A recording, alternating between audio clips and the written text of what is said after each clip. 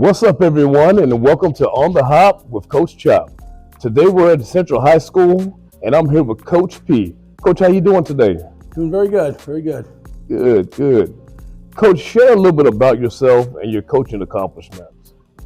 Well, I guess I've been around a while. 38 years. This will be my 38th season. So most of it was up in Illinois, in the Chicagoland area. Coached at 5 different high schools up there. Head coach at 2. Coached at Elmhurst College up there. Running backs for a while. Came down to Florida. Actually, I kind of retired. I had my own business up there. I retired, and I said when I retire, I'm going to get into athletics and coach. I was coaching all the time anyway. And become a teacher. So I started doing that, went back to school, took the courses I needed to take, found out in Illinois that to get the teaching certificate, I would have had to get basically a master's degree. So I said, well, if I'm going to do that, maybe I'll check around. And I found out in Florida I could get a temporary certificate for 3 years. So that's what I did. I came down, been here 10 years now, and coached at 3 different high schools here, head coach at 3 of them. So I'm here now at Central, and we'll be honest with you, this was a tough takeover here. Most people who I talked to said, do not come to Central. You can never change the place, which made me want to come more. So Right. It's kind of what I feed off of. All the programs I've been in have basically been that type of a program turnaround. And this was a major turnaround here. So Right. But I'm going to be honest with you. I've been here going in my 3rd year now, and it's probably going to turn out to be the best job I ever had. That's awesome, Coach. Got great support here. That's great. Coach, you talk about your first 2 seasons, and I know it was a little bit of a struggle, but last year you went 5-5. You want to talk about what you've learned from last season and what you plan to do moving forward? Well, I guess I learned, and the kids learned, and the school learned that we can compete, that we do have talent in the building. I mean, that was my biggest push when I got here.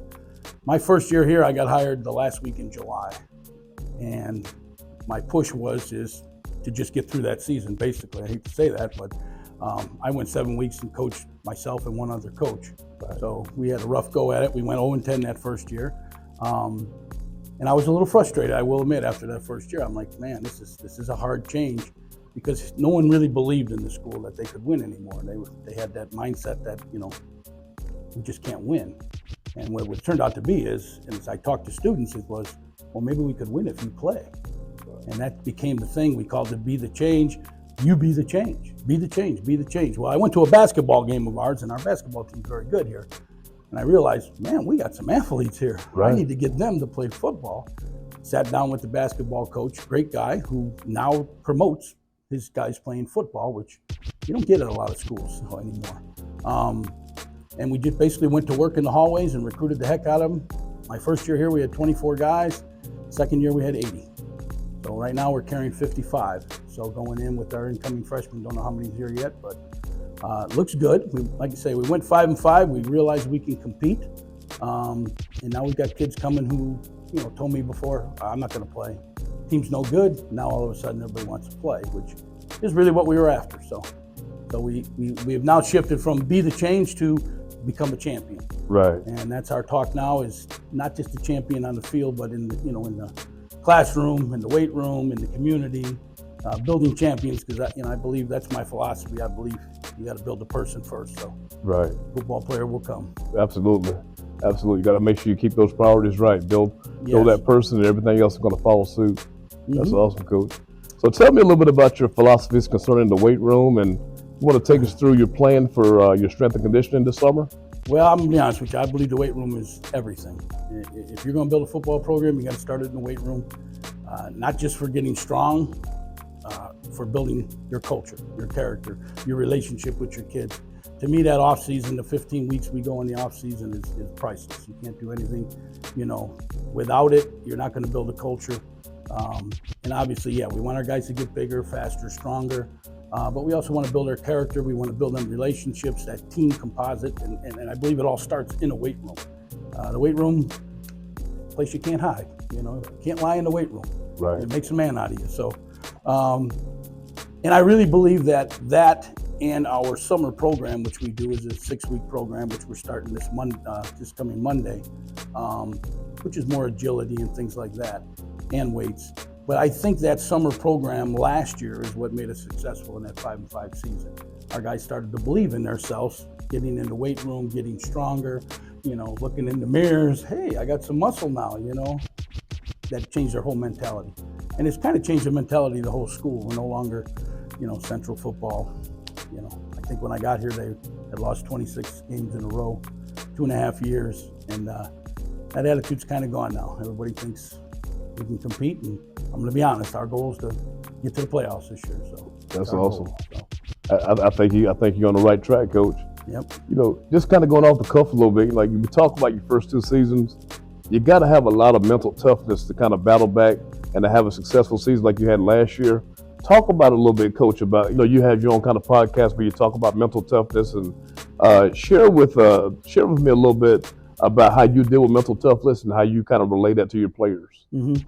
Well, I think it's everything, to be honest with you. And everybody thinks it's like, you're born with mental toughness. It's more of a strength thing, and it really isn't. It's more of a mental thing, and it's so simple that people don't understand. It's just, I'm not going to quit. I'm going to move forward. The only way you fail is to quit. It's that simple. So today you can lift 10 pounds, keep going. 1% each day, 1% each day, and then we go to 20, 30, 40, and you keep going. But if you quit somewhere along the road when it gets a little hard, you're not going to go anywhere. So right. I think mental toughness is the missing factor in most programs. I believe that. And you said I had the podcast. I've actually written a book about it, which is coming out July 1st, so I'll give myself a plug. Absolutely. But I believe it's everything, but it's as simple as, and I say it every day, and it's everything I post and everything I talk about, move forward. That's it. No matter what happens to you in life, and I'll be honest, I've been through some major things in life, some great tragedies, and the only way you get through that stuff is just keep moving forward, have a game plan. Each day, I start each day with 5 tasks, and if I can get one of them done, I feel I'm successful that day, and I'm one step closer to where I'm going. And that's the mentality you've got to have. I think you got to have it in the football season because it's a grind, and you just got to have that mentality. Last week was great.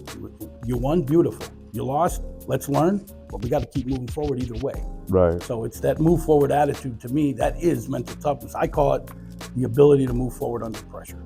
Awesome. And life's going to throw you all kinds of pressure. So football does the same. It's what I love about the sport. So, Coach, you talk about your first year you had, it was just you and another coach. I'm sure you have, more coaches that's been added on to your coaching staff. Are there any improvements that you want to see from your coaching staff this season? Well, yes, I would say the biggest thing is we're going to have some coaches.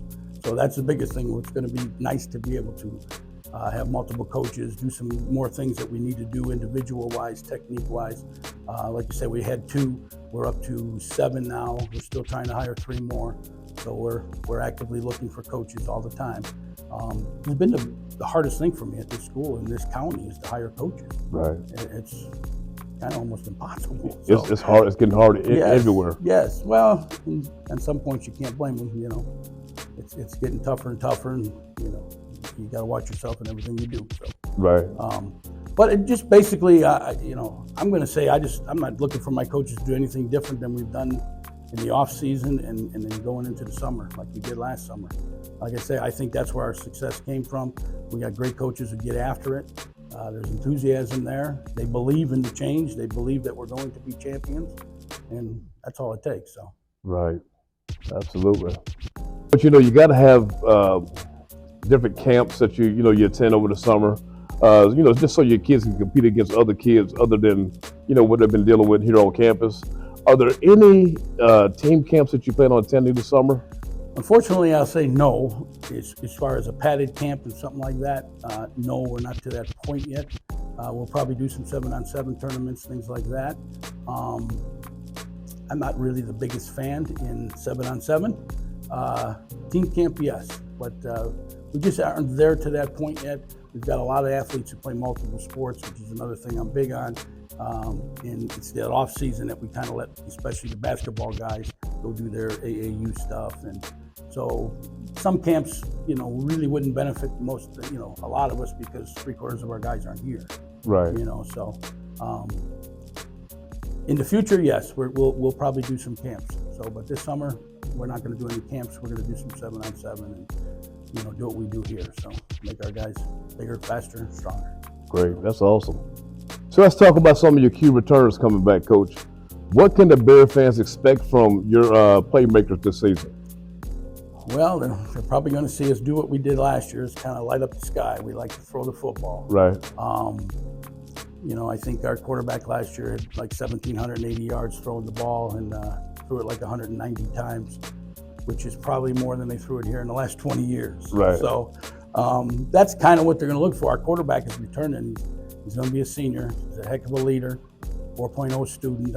I really believe he's going to be going to big-time college at some point. So, and then we expect him to light it up. But on the other side, we worked very hard with our line, which is all returning from last year. And it's a young line. There's one senior on it, anchored. The rest of them are sophomores. Right. So, in fact, the glut of our team is really sophomores.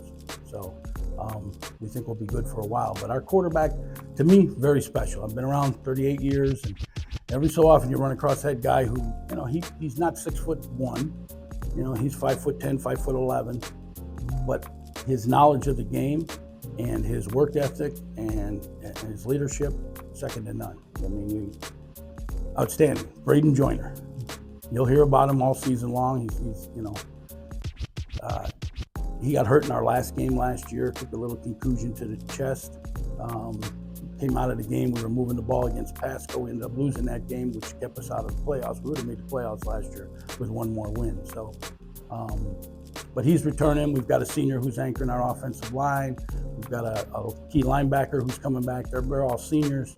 But again, probably our starting lineup is going to have 15, 16 sophomore and juniors.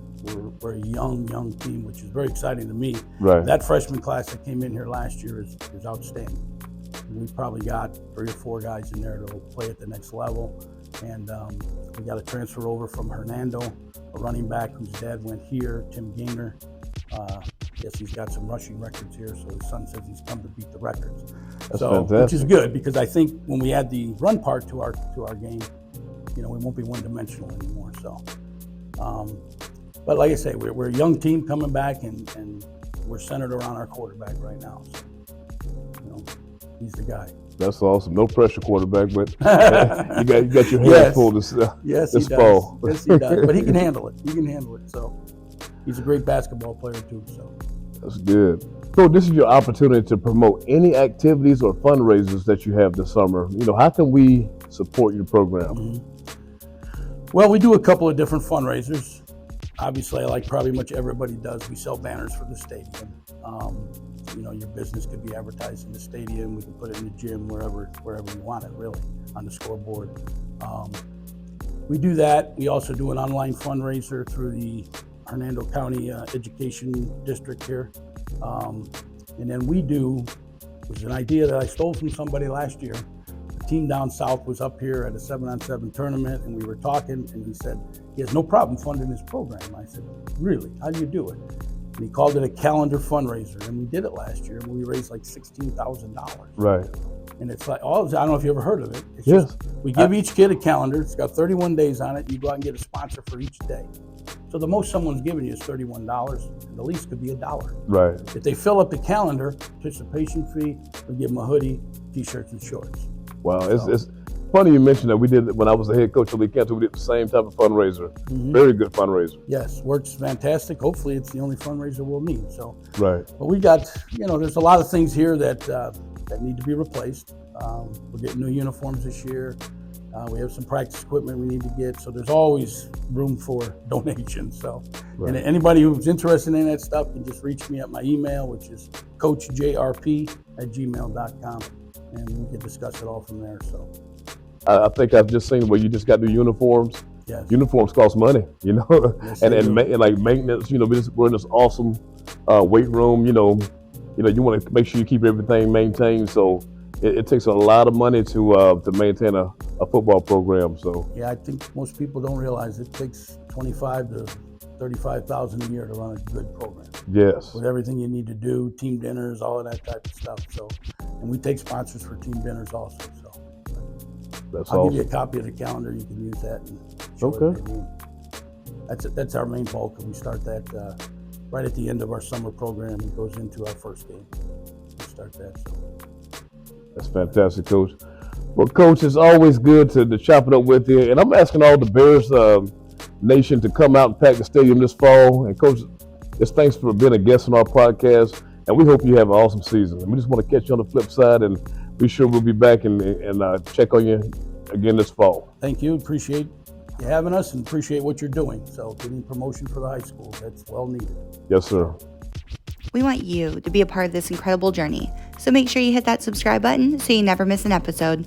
When you subscribe, you'll be the first to know about new episodes, game recaps, and inspiring stories.